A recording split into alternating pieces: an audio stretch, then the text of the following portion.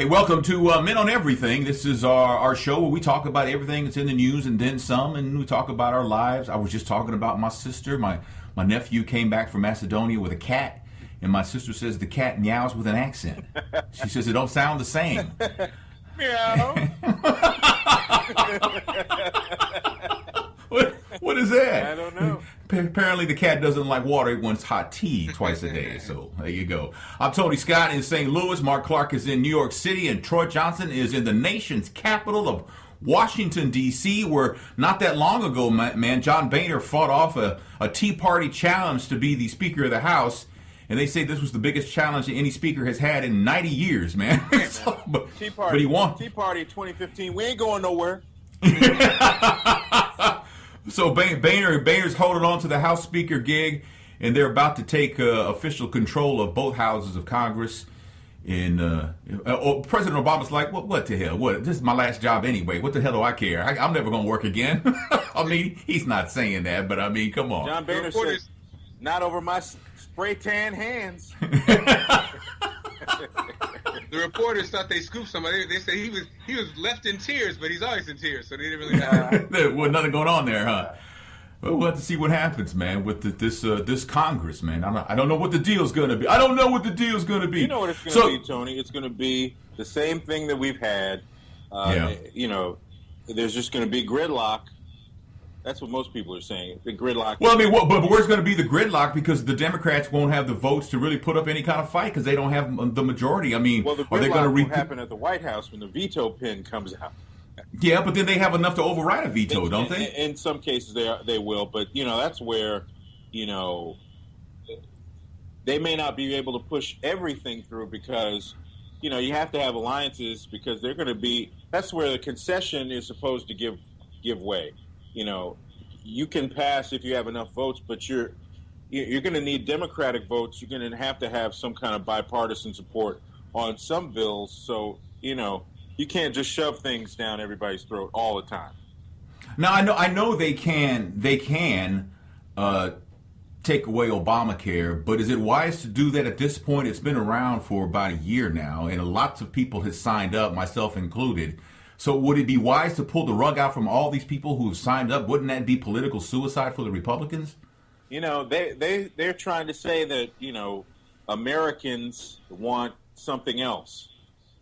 And, you know, it seems like if they get any traction on this conversation, it would have to be around saying that the bill or the law needs to be improved.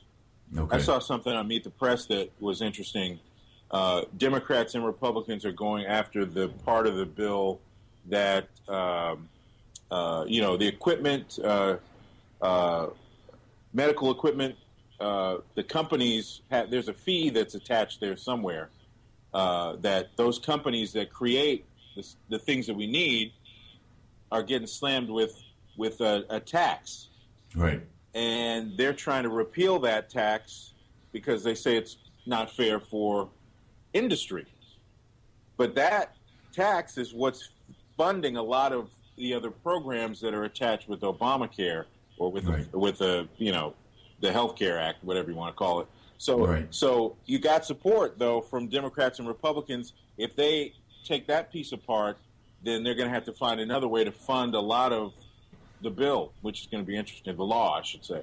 I was talking to my pharmacist, and he was breaking it down, and he was just breaking it down how gaudily out of control the pharmacy industry is, and how much money they make, and how it's a scam, and he gets paid by it. So he's mad. He knows these companies are out of control. Anything that tries to get them more money is even a bigger scam. Example he says is people who take a lot of medications. I'm surrounded by people on medication, so I'm really intimate with this. So a medication that, you know, like my father-in-law uses a medication for his Parkinson's. He takes 5 a day. Mm-hmm. He takes 10 a day. So you can imagine how, you know, that's a lot of medicine, right? And what'll happen is you'll go and they'll be out, right? And then my pharmacist says, so, you know, if this has ever happened to you, this is what's going on. You go and they're out of the medication, right? Then you come back, and it went from being 2 cents to now 12 cents per pill. Wow. They create a false shortage and then come back and just jack the price up like by 1,000%. And that's legal. And they just do that all over the place. So the thing that's interesting about, like I say, this conversation, we are so in the dark. You know, like my mother's going through the whole Medicare, Medicaid thing, and having insurance and not having insurance, and all these kind of conversations. And until you go through stuff, you don't even have any idea. So we just pay what we pay, and we watch the politicians talk about it on television, and they present their angle, but they never present the truth about the money that's made on all this. And that's the thing about the Republican Party and the Tea Party that's funny is the Tea Party talks about less government, less this, less that, but at the other end of their party is big business gouging everybody. Right. So that's interesting to me, the Tea Party versus the rich Republicans. The Tea Party has their anger should be focused on their party. They got it. They're misguided. You know, the people, most liberals and Democrats are on the side of saying, basically trying to help somebody. Right. So it's very interesting how that is kind of, you know, there's a widening gap that's happening, but it's just kind of weird how it's always framed as, or their anger, or their, you know, is focused towards Democrats or the president or the liberal, when you got to look down at big business. That's what's driving pharmaceutical companies, you know. Yeah, that's true. And if you're fighting for a company, if you as a regular person is fighting for the rights of a company, give me a freaking break. They'll be okay. They'll be fine, guys. Yeah. They're going to live. They're going to live. So, speaking of living and not living, I don't know how this became a story, but one of the dogs that Michael Vick used to have apparently has died, and now this is a story. So now the anger starts up again on Michael Vick because one of the dogs that he had in his, I don't know, that he owned, one of the fighting dogs, I guess it was, has died. And I guess it died in someone else's care. He doesn't have any dogs, so as far as I know. But I mean, so now this starts up again. It's like just, you know, because it was a few weeks ago where there was great news about Michael Vick that he paid off his creditors and he is now free and clear of everybody that he owed money to when he had, didn't he file for bankruptcy? Yeah. Yeah, so he's free and clear. And tell the story, Tony. I mean, because I think we all would love to be in this situation. Not only did he pay, he paid off everybody. He filed bankruptcy, which could have washed all of the debt away. But no, he said, I'm going to pay all of these creditors back. And he did it. And he did it. That's amazing. He did it. That is amazing. And now the story comes out that one of the old dogs died, and now now his name is Mud again, right? Is that what's going to happen? Well, I think in these cases, guys, you know, we've been doing this long enough. I think in 2015 we have to probably start having whatever group is represented to make calls. In this case, white people, call your group and tell them the dog thinks a bit much. You know what I'm saying? It's a little bit much. Yes, there's issues that pop up that sadly they kind of line up along color lines. The dog issue is this is one. The dog was 7 years old. Damn, you know, he's 21. He probably time for him to go anyway. So white folks, make a call for us. White people, you make your call for us, and then we'll call Birdman and tell him to take care of his tax debt. Let Lil Wayne out of his contract. And let Lil Wayne go. Let him do what happened? What happened with Birdman was he'd give people gifts and wrap them in money. That'd be the wrapping paper. What happened, man? You got taxed on that wrapping. See, people don't realize when you wrap money, it's just taxed double. It's a rarely used law by the IRS. Yeah. If you burn money, double tax. If you make it rain in the club, triple tax. See, people don't know. Rappers. So for every dollar you spend at the pink slip, you got to pay $3, man, for every dollar. It's a rarely used rule. Hoe tax. Hoe tax. We had poll tax back in the day. Now we got hoe tax. Hoe tax, right. If you do some stupid behavior with money, like right now, Floyd and Birdman they're by the car limit. The car limit rule will quadruple tax you. Man. Buying stupid ass outfits. He's close to getting another tax if he gets another tattoo. Yeah. There's a tattoo tax. On his face. Face tax. Yeah, you're right. Gucci Man, Birdman, and Lil Wayne have had the highest face taxes in Tyson in history. But he only has one. Mike only has one. So that is true. In all fairness, we'll make some black calls and make that stuff Yeah. go Oprah Winfrey's catching hell for her comments regarding the lack of leadership behind these demonstrations that have been going on nationwide. There was a video that went up on People's website, People Magazine's website, and in the clip, she praises the depiction of the thoughtfulness and strategy used by Dr. King. This is, of course, in relation to her movie Selma, while voicing the lack of these things in the protests that have taken place against the grand jury's decisions not to indict police officers who killed both Michael Brown and Eric Garner. So, is Oprah right? Is she wrong? Is she out of touch? A lot of people say she's out of touch. She's so far above everybody else that she really can't relate to problems of black folks anymore. Is that true or not true? No. I thought the beauty of these protests were the fact that there is no leadership. You know, it's organic. People are voicing their opinion. And, you have there's guidance. But I think for the whole, most people are saying, whatever color you are, if they feel inclined to be a part of this movement and express themselves, they're doing it. Mm-hmm.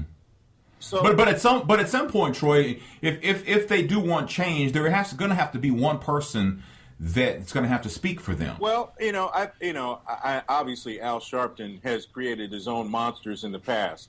Yeah. But during his march, I'm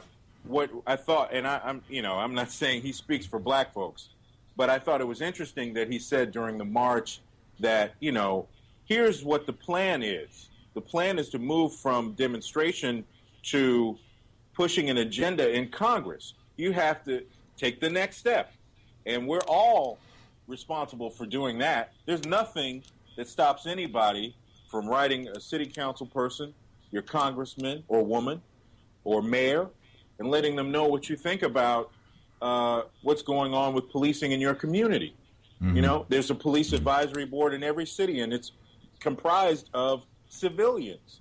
Right. Go to those meetings and participate. If you're concerned, you don't have to have Al Sharpton walk you down to City Hall and tell you, hey, let this guy in. Write a letter. You can go on your own.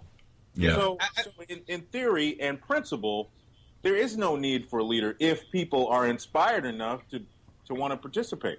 I think Oprah. I see both sides. I think people spend too much time criticizing as opposed to just moving forward with the agenda. I think you're right, Tony. It was a different time, and so yes, there was a time where this specific movement had specific leadership, and there's anything wrong with that. Like Troy said, in this social media age, I think it's growth, and I think the key part of whatever it is the next steps, as Troy has always mentioned, from civic duty to doing what you can. So instead of spending time criticizing Oprah, who was answering a question about a specific movie that she made compared to today, that she's trying to sell tickets for. Yeah, let's take those next steps, because it is true. I mean, at the end of the day, we watch the movement, and to know the goal of what's going on, it is kind of weird. I mean, I don't know what it is, and I'm almost damn near 50 years old, but I think in my mind, what I would say is what I would do is, if I'm in a Ferguson, I want to vote that system out and get some people that represent my thoughts into some offices. And I think that's basically what has to happen.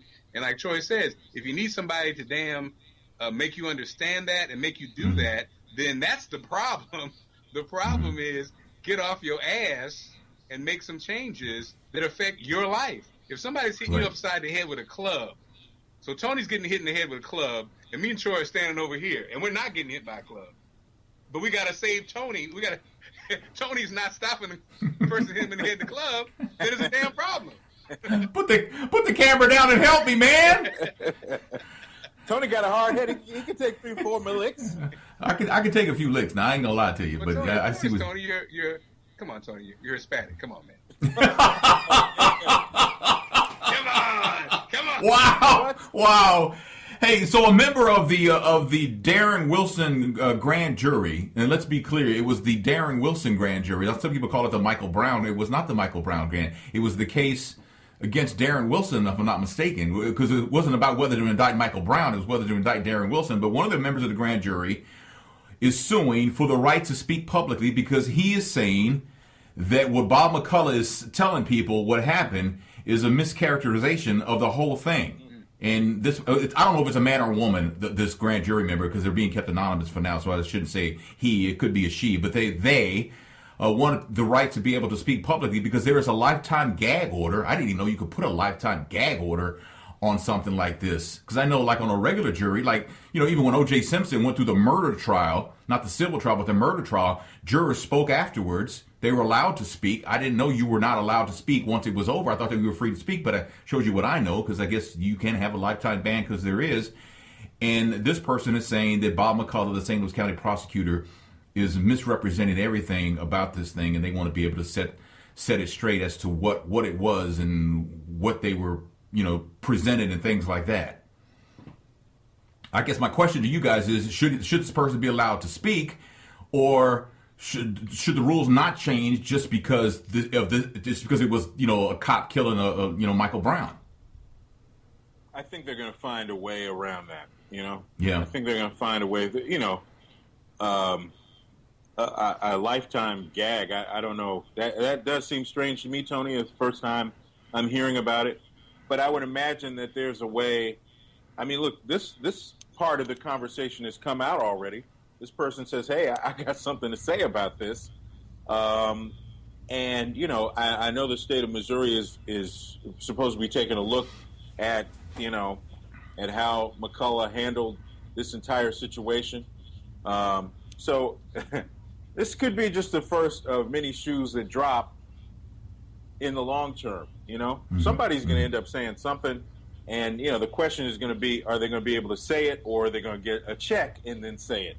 That also is probably going to play into how this works. And also, I think, aren't there some preliminary charges against him also from the bar or something about the whole handling? Well, there's some accusations. There's nothing that's official yet. I think they may be still looking into that, if they're looking into it at all. But I've said all along, I said it on my podcast and stuff that to me, Bob McCullough was never an advocate for Michael Brown. It always seemed like he was an advocate for Darren Wilson, which is not the way it was supposed to work. It was whether or not to, if you're the prosecutor, you're supposed to prosecute. So your job is, to be quite honest, your job is to present evidence to get this man indicted. And to me, he did everything but that. Well, you know, the old line that lawyers say all the time is that, you know, a grand jury could prosecute a ham sandwich. Yeah. Well, indict a ham sandwich, yeah. Indict a ham sandwich. Yeah. Apparently, no ham was served in St. Louis. I guess not. I guess not. That's just crazy, man. So I was sad when I woke up Sunday morning and found out that Stuart Scott had passed away, man. Stuart Scott was a one-of-a-kind kind of guy. Stuart Scott was the ESPN anchor for 20-plus years who battled cancer 3 different times. And he finally passed away from it. And I mean, at the end, I mean, he looked. The last time I saw him on television, he looked so frail compared to what he looked like, you know, when he was healthy and stuff. And you admire somebody like that, not only for the fight that he put up, but just the kind of man he was. He loved his girls. He loved what he did. He revolutionized sports and sports highlights and things like that. He had mad respect from professional athletes, from the president. I mean, everybody loved him. And I was watching Olbermann last night, and he did a piece about Stuart Scott where he said that it was at one point where one of the people in management at ESPN told Stuart Scott that he was talking and saying things that nobody could understand.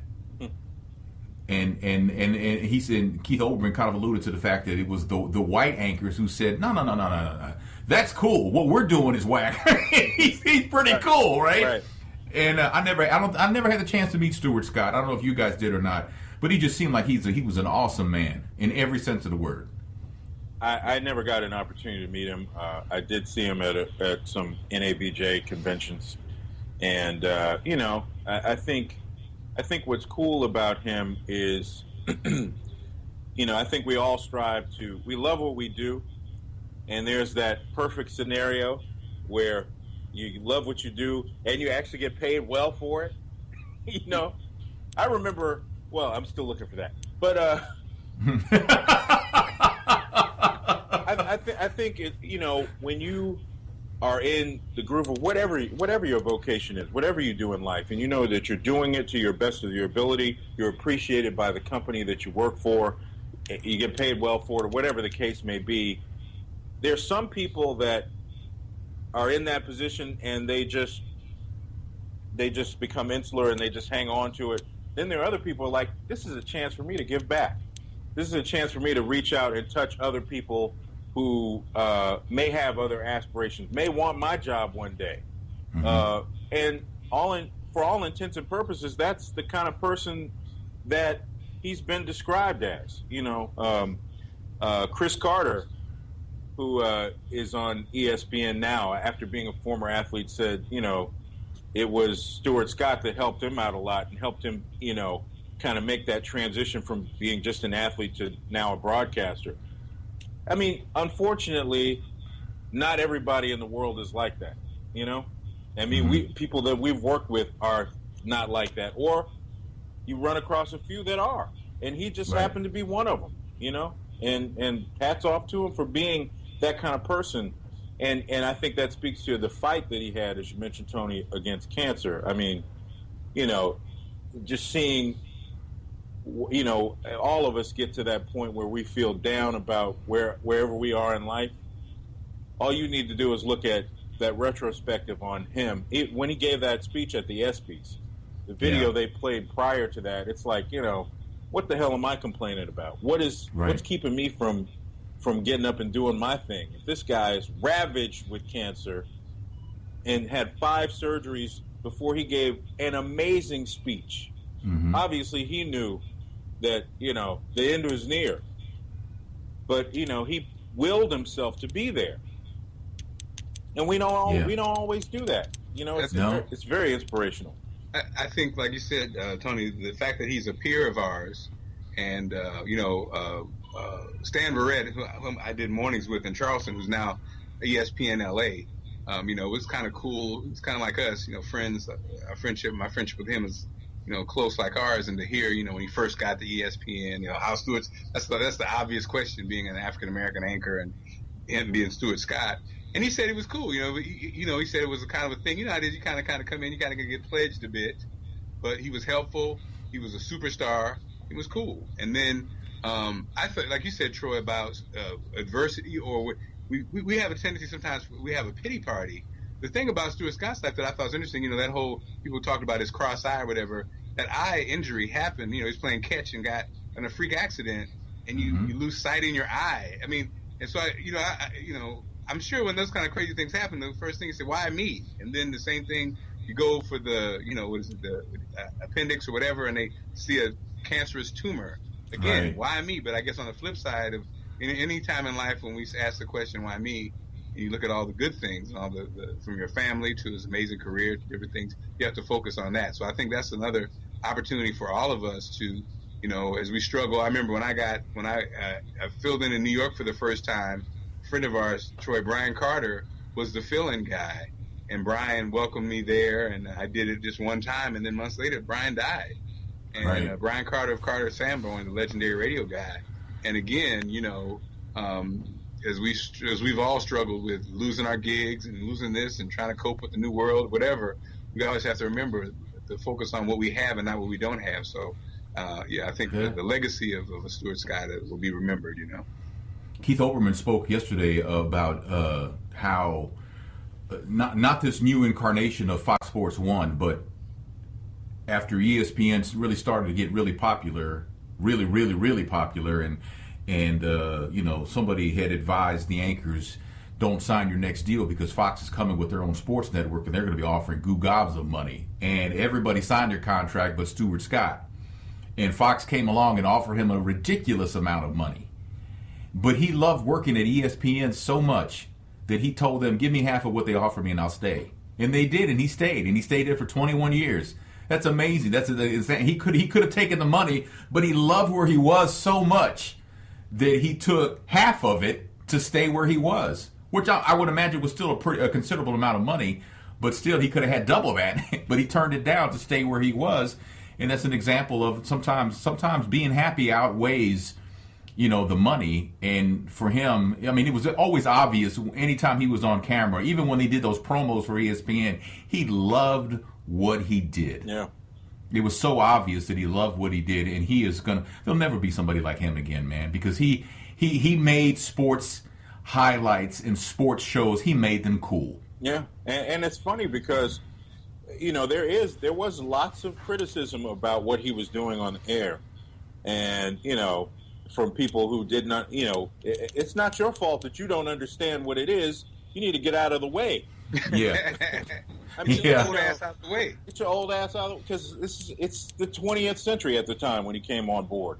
Yeah. And, I think the thing that I loved about him was the fact that, for all of the, all the booyahs and the cooler than the other side of the pillow, there was the fact that he actually was a consummate smooth broadcaster.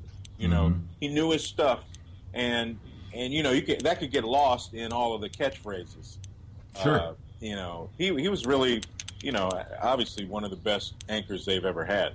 Yeah, that's true. That's very true. So the Celebrity Apprentice is on, and they fired Keshia Knight-Pulliam because she wouldn't call Bill Cosby to ask him for money. That's classic Donald Trump, ain't it? For charity. Now, the first thing I think needs to be pointed out about this is that all this happened before the avalanche against Bill Cosby happened. It's just that it's just now airing, so it makes it seem like this was very recent that this happened. But it happened before the avalanche of all 20-plus women who have accused him of some sort of sexual assault. So it's important, I think, to point that out. But that's why it's on TV, Tony. I can hear Donald Trump now. Here's the perfect time to put it on the air. They're talking about Bill Cosby. Put the show on. Yeah, that's true. That's true. And Keshia says she was not going to call Bill Cosby because she hadn't spoken to him in 5 years. She wasn't going to call him out the blue and ask him for money for a charity. That just didn't make sense to her. Didn't make sense to me either. I mean, I don't watch the show, but when she explained it that way, I understood why she didn't call him. I didn't have no problem with it. So they fired her for that. But what does that do? That gets them more people to pay attention to the show. Right. Well, if I play to play the devil's advocate, there are two things. I think, I understand. Believe it or not, I'm not siding with Donald Trump. Oh my God, am I?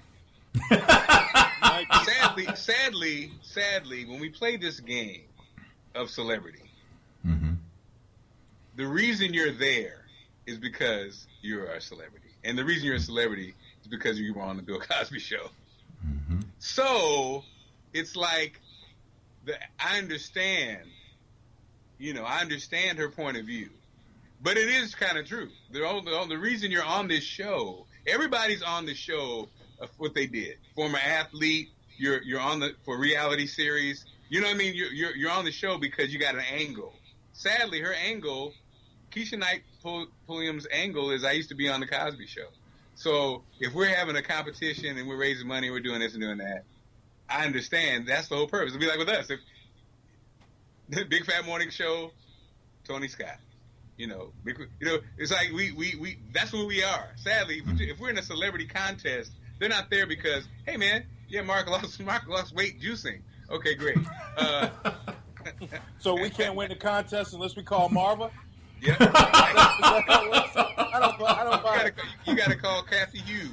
Yeah. I thought she was on Wendy Williams yesterday, and Tony, I don't know where you're going with this conversation. I'm sure that you might want to interject the fact that she's been asked about Bill Cosby in this whole, ongoing thing. No, go ahead. Go ahead and talk about that. Yeah. But she said about that aspect. I'll just kind of say what she said about Bill Cosby on Wendy Williams' show was that's not the person that she knew.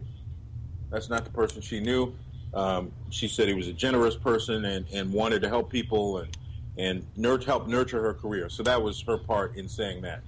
But Wendy asked her a question about, she said, there were rumors about you being on the Atlanta Housewives. And, she said, we love it because of it. She basically said, we love it because of the drama and the ratchetness. That's what we love, And she said, matter-of-factly, you ain't going to catch me on that show. I went to, basically, I went to Spelman University. I have a degree in psychology, and I'm not going to be acting a damn fool on television to that degree. Right. You create your own paradigm. You do what you want to do. Yes, Right. I was on the Cosby Show. Yes, I knew Bill Cosby because you see me on reruns. But she said, the show is over. It was on Right, been 30 over. years ago. Right. I mean, it was cool. I mean, she said this. She said we don't talk to each other all the time, and I think people just have this assumption that she said it this way. She said like we having dinner every week. No, it doesn't work that way. Right. So, but I think, like you said, from a human standpoint, I totally agree. From the purpose of the show, I don't. It's a reality show. It's the biggest, most successful reality show on NBC, whatever the channel. And so if you're on the show, come on. Are we talking about Celebrity Apprentice or the Real Housewives of Atlanta? No, Celebrity Apprentice. I mean, you signed up for that. That's my only beef. This wasn't a meeting. This wasn't Tavis Smiley's conversation about what you're doing, Keshia. Here's the reality of reality shows and these kind of shows. Just like with us, guys, our fans and people who love us care about us. People don't give a damn about you, Keshia Knight-Pulliam. You're Rudy, okay? You're Rudy. Wait a minute now. She's Big Tigger's girl now. Wait a minute now. I would turn. I'm saying, as celebrities, and we're many celebrities. You gotta put. People care about my wife, Allison Seymour, and what I used to do on the Big Fat Morning Show, and hopefully a few people on our podcast, and what I'm doing in New York, maybe they really don't care about you. And so I'm just saying, for her, it's kind of the same thing. When you go on that show, that's why you're on the show. You couldn't possibly think that Donald Trump cares about the other things you've done away from the show. That's what I'm saying. I mean, she said in her defense that she raised money, and there are celebrities that were on her team that didn't raise $1 that are probably more in the public eye now in comparison than she was. So, I mean, it's a contest. How much, we used to say all the time, dance, monkey, dance. That's what I'm saying. That's what I'm saying. Yeah, but how much dancing do you want to do? Cosby dancing. If you got the richest man, if you're doing a contest and you're raising funds on a TV show and you're trying to win, that's the other part. If you're on this show for character and to build character, that's one thing. If you're trying to win Celebrity Apprentice, I'll be damned. I would have called Bill Cosby until he picked up the phone and said, "Bill, I need whatever I need," because that's the whole purpose of me being on the show. Unless you're on the show just to build your profile. See, that's what I'm saying. It's like, and that's the only reason really you would be on the show. Is it either to win or just to build your public profile so you can create other opportunities for yourself? Why was she on the show? What was her motivation to be on the show? Right. Get a check? Well, definitely. Well, she said I got my $25,000 for the charity that she had. So maybe that's what it was. She got her money. She could have got $1 million. No, I'm joking. No, he would have gave her $1 million. So Usher was in the news about apparently fighting a man who apparently insulted his girlfriend, his fiancee, Grace Miguel. Apparently this guy was trying to get Usher's attention, and Usher wouldn't give him the time of day, so he decided to take a more aggressive approach and start hurling insults at Usher's girl. Usher posted a picture on Instagram of his eye. It was bloodshot in the corner, like he took a left or maybe a right, or maybe both. But then he says that you should see the other guy. And to me, it's like, okay, so why didn't Usher's security handle this, or did he have security? Why wasn't that? Why did he have to get involved in that? He should. That's why you have people to do that. Am I right? Usher says he wishes he could see the other guy through that bloody ass eye he had.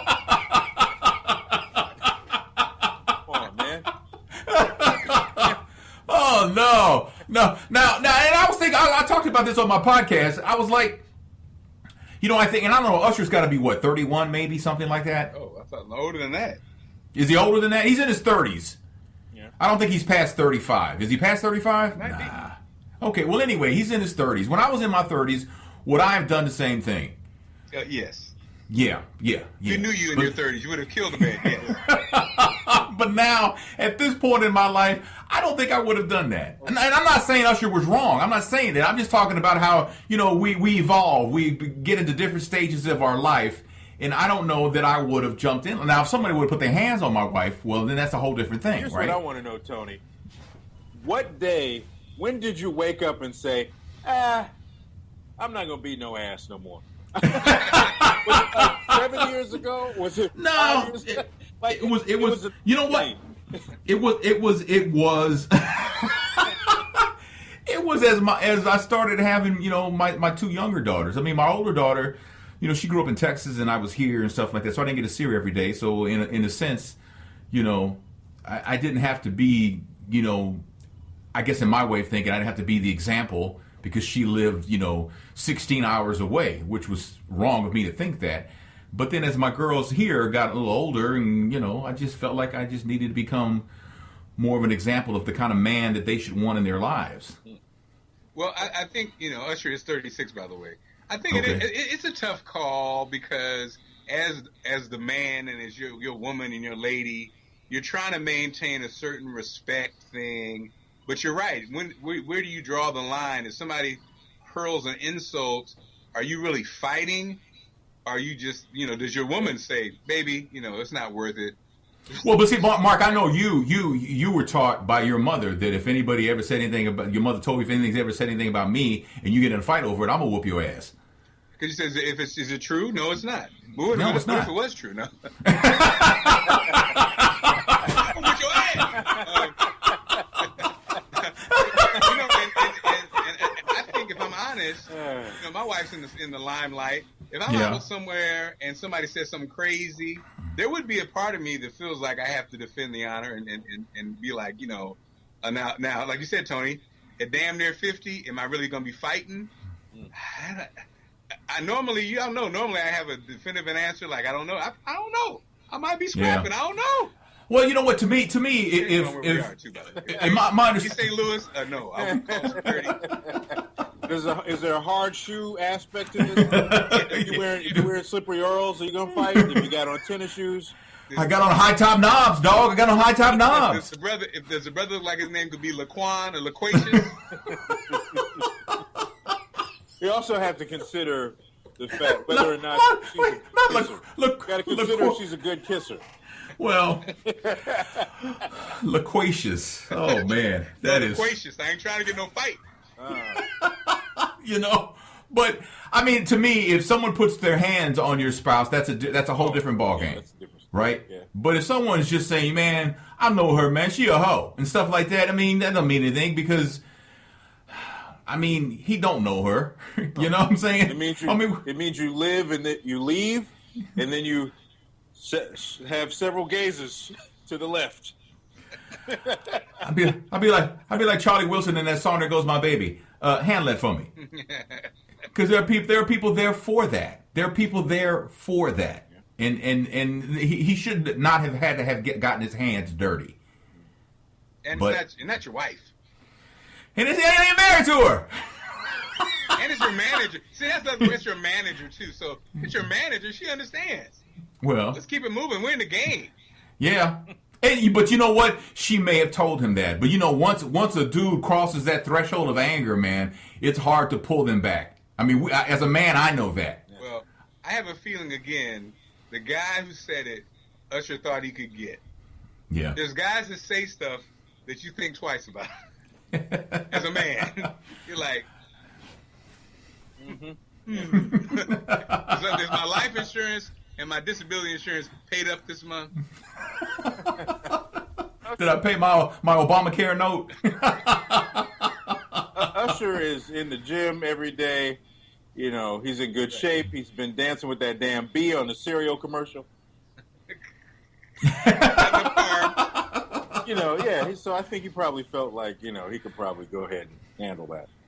Hey, how are people feeling on the East Coast, New York and D.C. about Nellyville, man? Because here in St. Louis, a lot of people I've spoken to really like the example that he sets on the show and stuff like that. Are they feeling the same way on the East Coast, to your knowledge?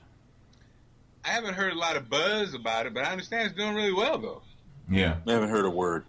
Okay. People People on the East Coast can't understand the family. No disrespect to Nelly, but I ain't heard nothing. Well, Nelly's the fact that his turn on Kevin Hart show really has helped his career. Oh, sure. Absolutely. Yeah. All those guys, really, actually. Is that girlfriend of his, is she not just a beautiful young lady, though? That is a pretty woman. Yeah. That is a pretty woman, man. I mean, Ashanti is a nice-looking lady, too, but, I mean, this woman here, I don't even know her name. I'm just not trying to disrespect her, but that's a pretty lady, man. I just happened to catch it one time, and I was like, wow, she's a stunner. She's a beauty, but the sad part is her nickname is Floyd Mayweather's girlfriend. So that's kind of... I just go by Floyd Mayweather's girlfriend. Oh, ouch. Wow. Ouch. Whoa, man. Hello. Hello. So this story in Florida, this unnamed father wanted to beat his 12-year-old daughter for fighting with her sister, but he didn't want to get thrown in jail. So he called over the sheriff's office to come and oversee the whooping. And they came, and they saw, and they witnessed, and they were like, "Nice job, Dad," and they left. Yeah. Well, you know, that reminds me. So that's all we needed all these years? Right. Yeah. Man. Oh, man. This is a chance for parents and kids to come together. I'm going to call the police. You're going to get your ass beat. Yeah. I'm coming Man. to the cops, Dad. All right. Officer, can I use 2 racetracks or 1? Well, under Florida law, child abuse is considered unlawful if it results in serious injuries or death. So if you just beat the crap out of your child and don't really hurt them, and I guess hurting them is the key, and it's a matter of interpretation as to which police officer comes over. Nothing may happen to you. It reminds me when I have a cousin, but when he was a teenager, he had stolen his father's van and went joyriding with it. And of course, his father didn't know. He called the police. The police come up, take a report, and then the kid comes up with the van, drives up with the van. He gets out. The father starts yelling at the son. The son starts being very disrespectful. All this in the witness of the police officer, and the police officer told my uncle, "If you want to beat his ass, I'll hold him for you." Damn. Damn. I mean, you know, I guess a lot of the laws that we have, no matter what they are, when they involve, you know, a police officer like coming to your house, it's really, at that point, it becomes an interpretation of that police officer's enforcement of the law. If he sees, clearly the law was broken, but if he sees the reason for it and it makes sense to him, maybe they tend to say, you know what, have a nice day. I have one for you guys. A friend of mine's daughter, and you know that age, 16, wilding out, right? Yeah. She's violated a couple, she's violated a few things, getting home when she's supposed to get home and all this kind of stuff. Her dad has her strip off all her clothes. No. And whipped her, like butt naked. Whipped her butt naked with a switch. How old is she? 16. 16. Gentlemen? Yeah, that bothers me. The only part that bothers me about it, that bothers me that she had to strip naked for that. That she had to get butt ass naked just to catch a whooping at 16. At any age, that just doesn't make any sense to me. That's me. You know, she's wilding out, and a point needs to be made. Okay, I'm not really for whipping kids, but I understand. I'm not saying parents shouldn't whip their kids, but you know, to have a 16-year-old have to strip naked in front of her father and then catch a whooping, I think that's a little bit too much. Is it child abuse? No, I wouldn't say it's child abuse, but that's just too much. What do you think, Troy? I'm kind of torn. When I think back on my son and disciplining him, I think the last spanking I handed out, he was probably about 6 years old. Mm-hmm. And I just changed, my whole thought process changed. I said I need to have more conversations with him about what's going on. I'm going to get in your face. and we're going to talk about and discuss whatever the problems were. For the most part, that worked.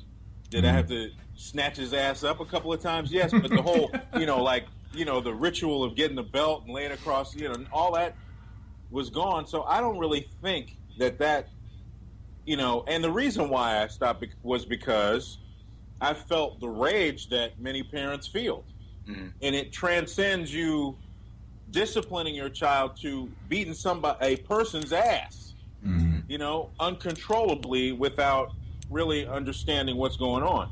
I'm like, that's the wrong side of I mean, everybody has their own way of doing things. For me, I just didn't think it was going to be the most effective way. I wanted to be able to interact with my child, right.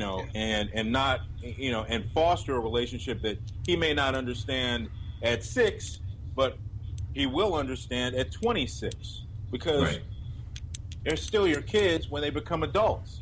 And you're setting the tone for them being parents at some point. You're not raising children, you're raising people. You're raising adults at some point. So I think that's a bit excessive. Not the way I would have handled it. Mark, what about you, man? Yeah, well, back in the day when I heard this story, my daughters were babies. So yeah, now it's a definite no. Yeah, now, like I said, Troy, I switched up that whole. My daughter's 14. We just conversations and even the shortcomings and the things that they do wrong and stuff. It's just like beating is definitely not the answer. Having the conversation is the answer. And even I find myself, using different techniques. I'm sorry, I just closed my eyes and answering a question. Troy, we used to work with somebody who said, no. Oh, you too, Tony. And I closed it. Yeah, man. So hey, man, let me tell you, man. Nah, man. I swear, next time, man, I'm not gonna do that, man. I promise you, man. I admit it was my fault, but next time it'll be a whole different thing, man. And don't have a conversation with him when he's driving his car.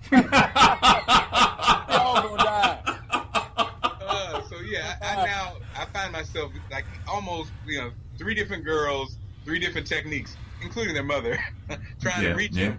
Kind of like instead of beating is almost not. You're trying to figure out the best way to communicate a message and that they can learn from. And then when they do mess up or when they lie to you, I think what I'm also with my kids really focusing on is you're lying to me. I already have a life. I already live a life. I've made a life for myself. You're trying to make one for yourself. So lying to me or thinking that you're getting over on me is never the case. I'm already here. I'm already doing my thing. You're getting over on yourself.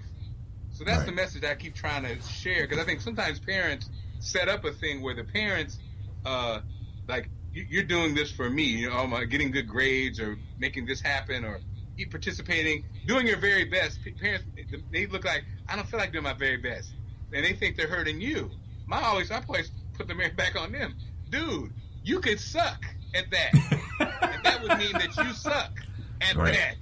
Right. I'm nice. So, if you don't want to do it, don't do it. But don't do it for me. So that's the thing I'm doing now. Haven't you found, though, Mark, because Troy doesn't have this problem because he has only one child, but you have 3 daughters, I have 3 daughters, but you have to parent them in different ways because they're different children. I mean, there's some basic things like, lights out at a certain time or, there's a curfew, stuff like that, but they're different personalities, and what may work for one may have the total opposite effect for the other. And I think as a parent, that's pretty important that you realize that early on. Yeah, well, like you're right. Like my oldest, she's a type A, all grades, very conscious of how she looks. So she takes her mom's advice on anything that comes, even though she has her own opinion. If her mom says, I would do it this way, she's like on it because she does not want to. She wants to look perfect. My middle child is fighting for that and her own style. So we recently had this thing where I told Allison, let her do it. Allison's like, yeah, but that don't go together.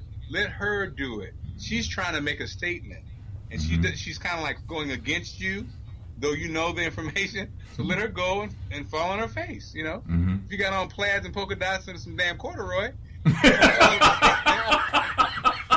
ahead, let her go. Go out looking like Homie the Clown's little sister. Go ahead on, go. Like and moms have a hard. That's what I realized. Moms have a hard time with that. Moms want their babies to be perfect at all times. Right. I'm telling her sometimes you gotta see. You think she thinks she's going against you, and then you have to ask yourself, Is she going against you? Do you want her to look perfect just so you look perfect? Or do you know what I mean? These are questions that, as parents, you ask yourself sometimes. Like when kids do stuff that embarrass you, are you more embarrassed for yourself or for them? Did you float that out there, Tony? Or Mark, I mean? Did you float that one out? Oh, is this for you or for her? You learn that, yes, when you do that, you get in the doghouse real quick. Yesterday was very cold, and my 15-year-old first day back at school, and my wife gave her like something to put over on her head, and she didn't want to wear it because it would mess up her hair. And my wife looks at me, and I was like, "Hey, man, that's how y'all are wired that way, man." So, and Maria made a great point. She goes, "I'm only going to be outside in the time it takes me to go from the car to inside the school. I'm not going to be outside the rest of the day until it's time to come home. I don't need this." Okay. All right, okay. Now, if you wake up in the middle of the night with an earache, my mom would play that one. That's how my mom used to play that thing. Yeah, you put the hat on because if you get a cold, I got to take off work and got to pay for the hospital. And then I was like, "Oh Lord, please, okay." Hat on. It always ended up with her taking off work. Yeah. Everything ended with my mother taking off work and spending some extra money that she didn't have. That was awesome. Yeah. See, my father was like, my mom told us to do something and we didn't want to do it. My father would be like, "I don't remember that being a question." Yeah. I mean, he was always calm, right? Was that a question? That wasn't a question, was it? Put the hat on, man. Damn. It's hard not to find a hat to fit your big ass head anyway. Put the hat on. I can see Tony walking away from that conversation yesterday, combing his beautiful silver hair, though. Oh well. It is what it is. It is what it is. What it is. What it is. So, what do you guys have, man? Are you there? I think you reread. Okay, Troy's there. Mark's there. Where's Troy? Troy's coming back. All right. So here we are. So you guys got anything? I found something, Mark. This may appeal to you, Tony. I'm not sure. Mm-hmm. I know Mark has already started his annual ritual of losing weight. Sure. This same time each year. What is this? Year 27? Go ahead, Bill. I saw they've come up with a term, and this sounds like something I can do. This sounds like if I was looking for a title, this would work for me. What to call a non-vegetarian who is eating less meat. Okay. A reducitarian. A reducitarian. Now, there's a community, a movement, and a website, reducitarian.com, for people who, hey, you need to add more vegetables to your diet. You like meat. You don't want to stop eating it necessarily. And Mark knows this. It's not so much the steaks. I love a steak. Oh, me too, man. But the crucible for me is the hamburger. Because it's portable. You can get it. Most of them taste good wherever you go. Right. And it works. And you get it animal style. But if I'm smart about it, a better decision for me would be to get a turkey burger, which I love just as much as a hamburger. Most of the time when I go out, I'm going to have a turkey burger anyway. So if I cut the beef back and, just rely on poultry and fish and turkey, then and increase my vegetable intake, that's going to be a great step for me. Vegetables is always a problem for me anyway, outside the ones I really, really, really love. Yeah. But so reducitarian might be my new title in 2020. Well, see, I don't. I've never had a turkey burger. I've never had turkey bacon. It's got to be beef, baby, beef. But I've also realized that, and the thing is gonna get me to stop eating more or cut back on eating meat, red meat, is not that it's unhealthy. I know it's unhealthy for you to eat as much as I do. Is the price. The price of beef is ridiculous, man. Pound of ground round, man, it's like $10. What, have they lost their damn minds? Gas is down, beef is up. Yeah. So I may be trying that turkey burger pretty soon, man. Tony, if I made some chili, I've had turkey chili, which I always make with turkey. You can't really tell. No, you can't tell the difference. You can't. Yeah, the seasoning and a turkey burger really is good. You know. Now, do y'all eat bacon? Hell yeah. Okay, no. The reason why I asked, I had to get the wife to send you her recipe for smoky bacon chili. Bacon chili. Well, Man, don't that send it is to me, Tony. You know I'm on my year. But you know what? I got it from a nutritionist. Okay. Oh, now And- there you go. And he says put it, and this is what we do. She makes smoky bacon chili, and she puts it over a baked sweet potato. That's pretty Man, That's man, So- man. Right. So you can put it over that. You can put it over rice. You can put it over like a plate, not a full plate, but you can put it over some corn chip, like tortilla chips, Yeah. and that would be Damn good. it, man. I can't. All See, right. Now let me speak up for the yearly resolution people Yes. and the people who go through different diet plans. I will say Wait a minute, Mark. Tony, well, just quickly, do you Mm-hmm. yes or no on resolutions? No. Okay, me the same No. way. So go ahead, Mark. My resolution is to not make a resolution. I'm with you on that. But for me, they work. They do work Yeah. because I'm kind of a binger. You guys know I'm a binger guy. Yeah. I'm a binge Yeah. guy. Now, but Your in nickname doing is it- Benji. In doing it, We call him Benji. in doing it though, you do come, you learn, you know, and so like the people that love you, my wife and different people, they go, why don't you do this?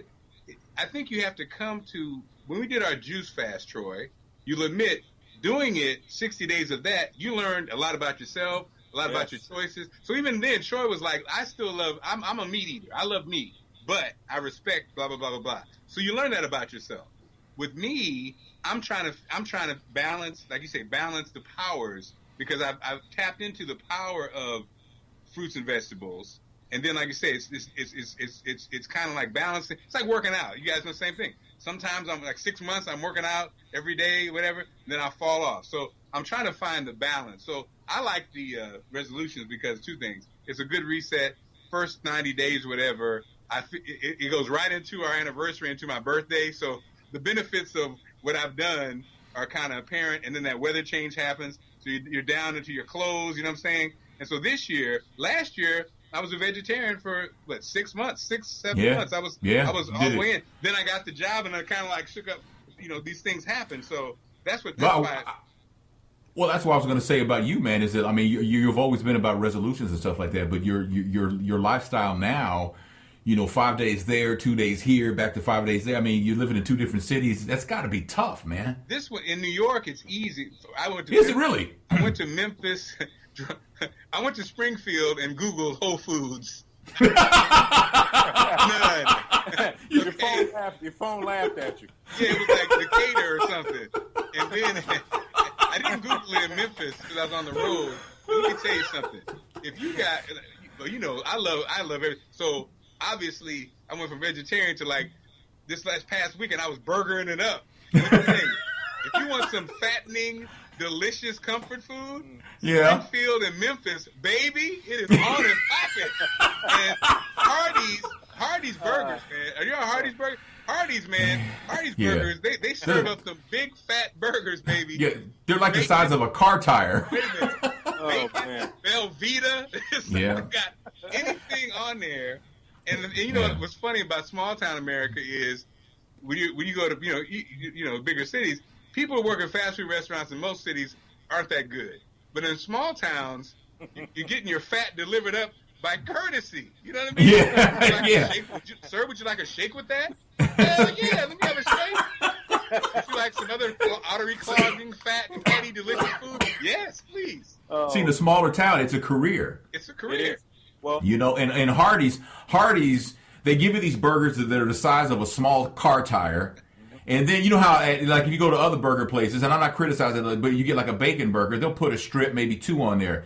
No, Hardees, And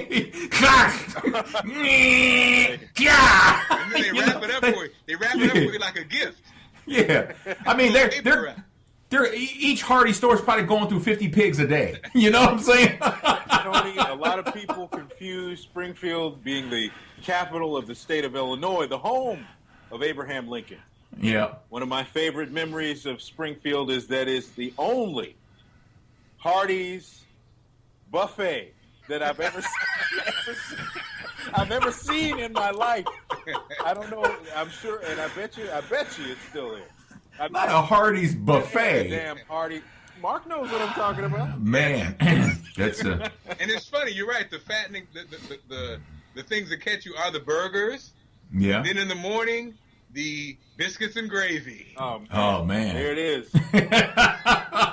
You know what? It's funny. Yeah. It's funny. And shout out to Hardees, apparently. This segment brought to you by Hardees. by Hardees. I do not like raisins. Right. And my mother used to, back in the day, my mom's a nurse, and she'd get off work, and she would love to get a cinnamon raisin biscuit from Hardees and a cup of coffee, and she'd bring it home, and it looked so good with the little glaze on it. Yeah. Man, I was like, I hate you because this is a cinnamon raisin biscuit. What am I going to do? So Hardees started making cinnamon biscuits. Man, No raisins. man, Yes. man. Woo. That's good eating right there. So I won't be having Hardees. You know, yesterday started my 103 days of healthy living. So I'll be doing 103. I'll be raw till then. Then I'll order some ribs after that. Can you get a good veggie burger at Sylvia's, man? No, but there's a lot of great veggie spots in New York. Oh, I would imagine. There's a ton of great spots. You can get juice on every corner. Yeah. I got this place by my house. I get a 32-ounce fresh juice for $9, man. I think that price is pretty good. 32 ounces, it's pretty good. $9? $9. That sounds expensive. But that's a whole meal, Tony. I mean, that's the equivalent of, okay. it's the equivalent of a supersized Hardees. Okay. Well, now that makes sense. So, okay.